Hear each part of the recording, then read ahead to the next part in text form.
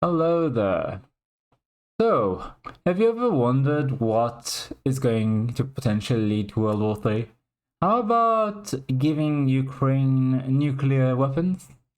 Sounds bad, potentially, because it says here several officials suggested that Mr. Biden could return nuclear weapons to Ukraine that were taken from it after the fall of the Soviet Union. Hmm, is that really a good idea? Do we really want to create a nuclear war right about now? Can't you wait for another month or two so Trump gets into office and this whole thing just ends instead of allowing Ukraine to be able to sword rattle the same way North Korea does, using the deterrence of mutually assured destruction in order to keep this conflict going forevermore? It says here that Trump's vow to end the war could leave Ukraine with few options. One question is whether the new administration in Europe will provide security guarantees to prevent Russia from taking more territory. In my opinion, Trump does not like losing, and he would consider Russia just getting more and more territory under his watch to be losing. What he will try to do is put up a tough front and then go to the negotiating table. Tell them, if you don't agree to some sort of settlement to end the war, then we'll pour even more support to Ukraine. But if you agree, we can just end this here, probably with Russia keeping Crimea, which it had before the war started. It had taken it in a previous conflict, and maybe part of the Donbass region that were, part of Ukraine but populated with ethnically Russian people, and the Ukrainian government was treating them very badly and even massacring people there.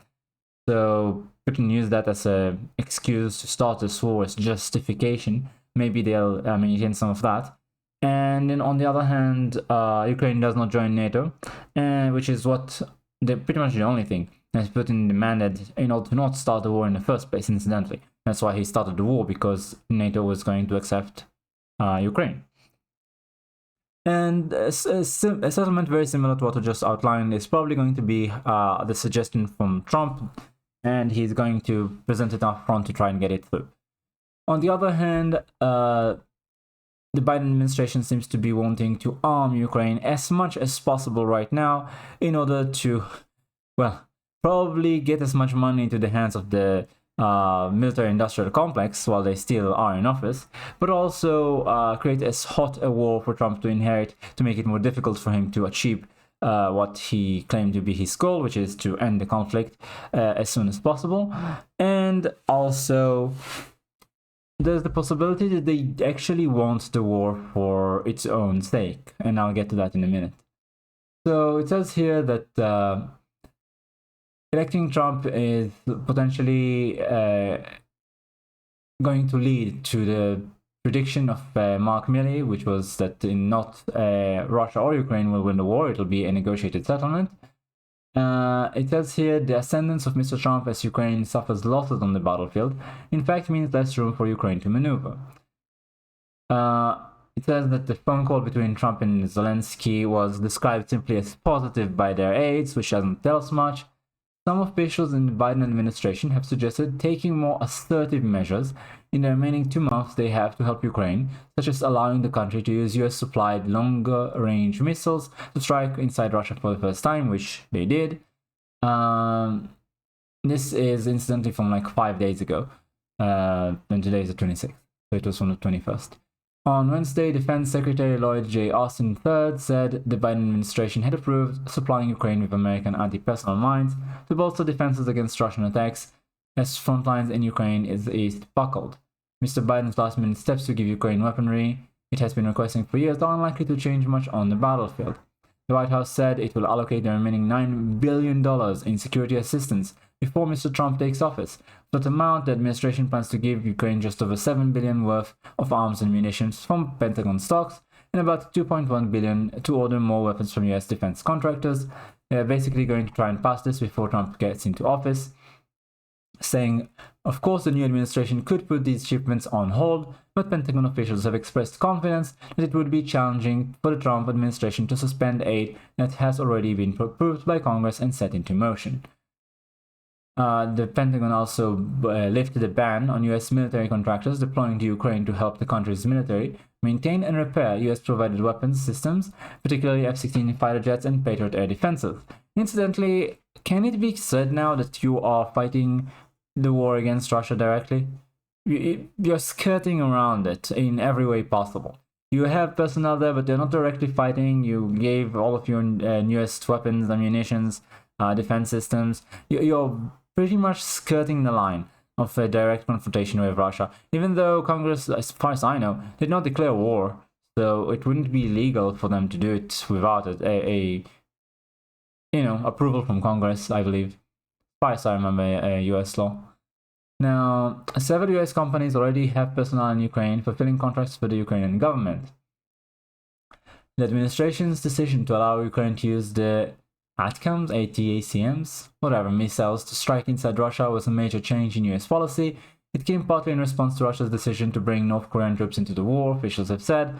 I doubt that. They didn't bring too many of those, and it's not like the North Korean army changes much, they're not very powerful, and Ukraine already had a ton of aid from Europe and the US, allies much better and more powerful than North Korea, which is a poor, impoverished, backwards country.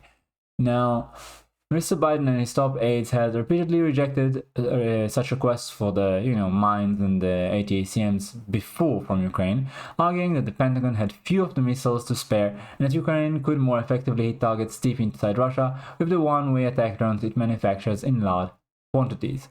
But the escalation risk of allowing Ukraine to strike Russia with US-supplied weaponry has diminished with the election of Mr. Trump, Biden administration officials believe, calculating that President Vladimir Putin of Russia knows he has to wait only 2 months for the new administration. So in short, they're taking advantage of the fact that Putin wants to reach a negotiated settlement with Trump. He knows that he can reason with Trump, unlike Biden, and so he's going to be very patient for now and not react to all the provocations and escalations from the Biden regime in order to allow for a smooth negotiation and settlement once Trump gets into office. Mr. Trump is believed to view Russia more favorably, and his choice for Director of National Intelligence, Tulsi Gabbard, has often repeated Kremlin talking points.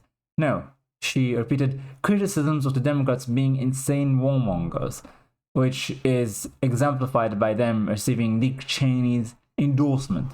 As RFK Jr. said, Dick Cheney was basically the Darth Vader, the Voldemort of the Democratic Party in the past. He is a warmonger, a warhawk, nobody likes him.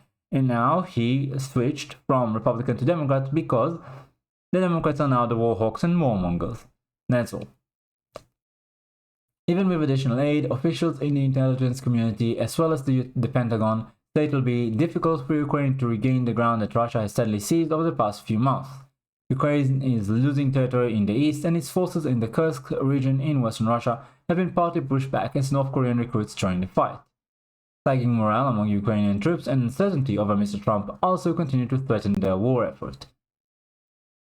Now, what I wanted to focus on the most is the stupid idea to supply nuclear weapons to Ukraine. They're basically saying, well, they had some during the Soviet Union, and then they, disbanded,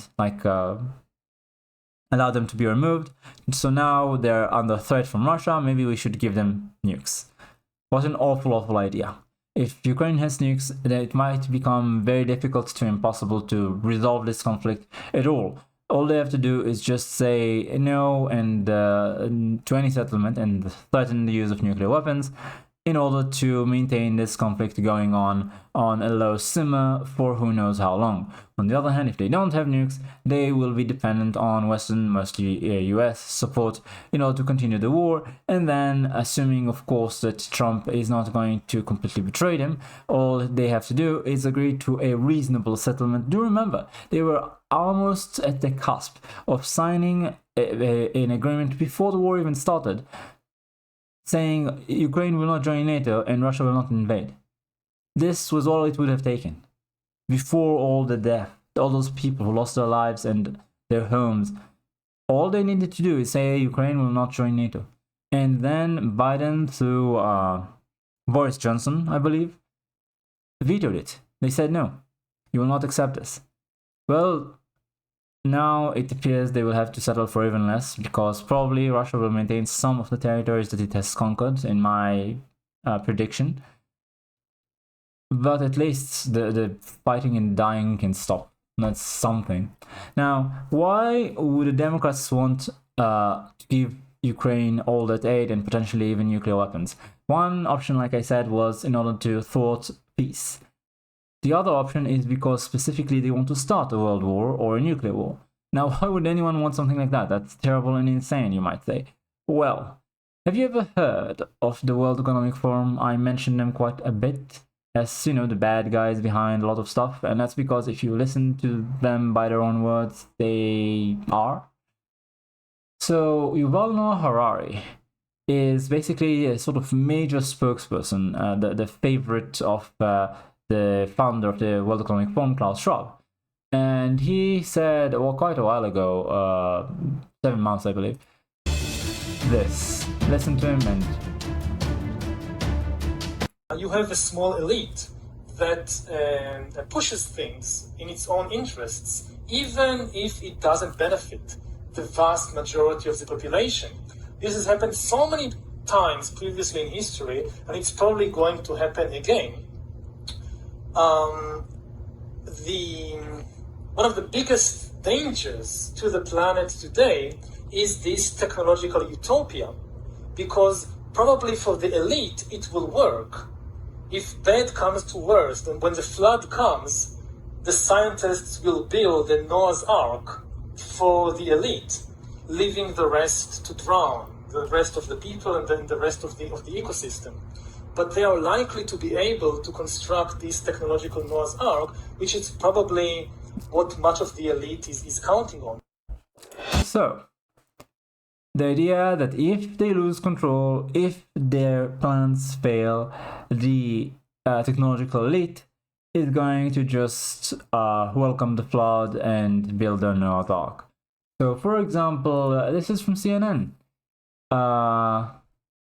It's from 7th of August 2024. Operating theaters, bowling alleys, and home cinemas. Not happy with safe rooms, the super rich are building luxury fortresses. And you have something similar from The Guardians. This is 2 years old. The super rich preppers planning to save themselves from the apocalypse.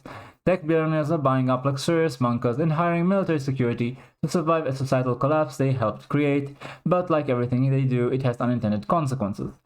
So, what do you think is the likelihood that after they were roundly rejected by the American populace with the election of Donald Trump, they might be considering escalating the war or trying to escalate the war in Ukraine, knowing that worst comes to worst, they will be safe and they might be able to regain control after, you know, when they come out of the bunker and everybody else is sick and poor and starving. They might be able to come out of the bunker and present themselves as saviors and regain control. This is something that if you actually read the sort of internal minutiae inside the WEF and other such international bodies, it does not seem at all far-fetched by their own words. These are people who are pretty much possessed with the idea that they get to manage everything and they get to control everything. That they are sort of moral campus. I believe that was the words George Soros said, right? That he believed himself to be the moral campus of the world. So essentially, they consider the public rejecting them as some sort of grave sin. That's my take on it. And they may well decide to escalate things, or at least try to, in order to regain control. They are prepared for such an outcome. They will be safe no matter what. That's definitely the truth, because like I said, even CNN and The Guardian, which are left-wing outlets if ever I heard of any, are admitting that they have prepared for exactly such a scenario. In the end, though, I highly doubt they will manage to escalate things to such a degree. I don't think they will be able to pass giving nuclear weapons to Ukraine through Congress either, or anything of the sort. I'd say what they will do is waste a lot of taxpayer American money, giving aid to Ukraine, which, most of it will disappear into the ether and nobody will know or be able to account for. And some of it will be used to escalate the war in order to make it more difficult to reach an agreement, because they didn't want peace, and especially they don't want Trump to be able to credit himself with achieving peace. In my opinion, they're gonna fail. Putin is not an idiot, and he knows that he can reach a settlement with Trump. And in fact, the Biden administration officials even admit that they themselves are counting on exactly that. All of that being said, I really hope these idiots don't mess this up, because we don't have a spare planet, I'm afraid. I remember a Bugs Bunny cartoon where he is basically an astronaut going to Mars or something, and he meets a Martian. Cartoon Martian is quite funny, a bit like a Roman style, in fact. Anyway, so the Martian tells him that Earth stands in the way of his astronomy project, and he's just gonna blow up the Earth. And Bugs Bunny says, "Oh, it's just gonna blow up the Earth." Wait, you can't blow up the Earth. That's where I keep all my stuff. Yeah, that's where I keep all my stuff and my friends and my family. So please don't blow it up. I know you're incompetent and malicious, but just hang on for 2 more months, and we'll be through with you. And then you can be as stupid as you wish. Thanks for watching. Like, comment, subscribe, and I'll see you next time.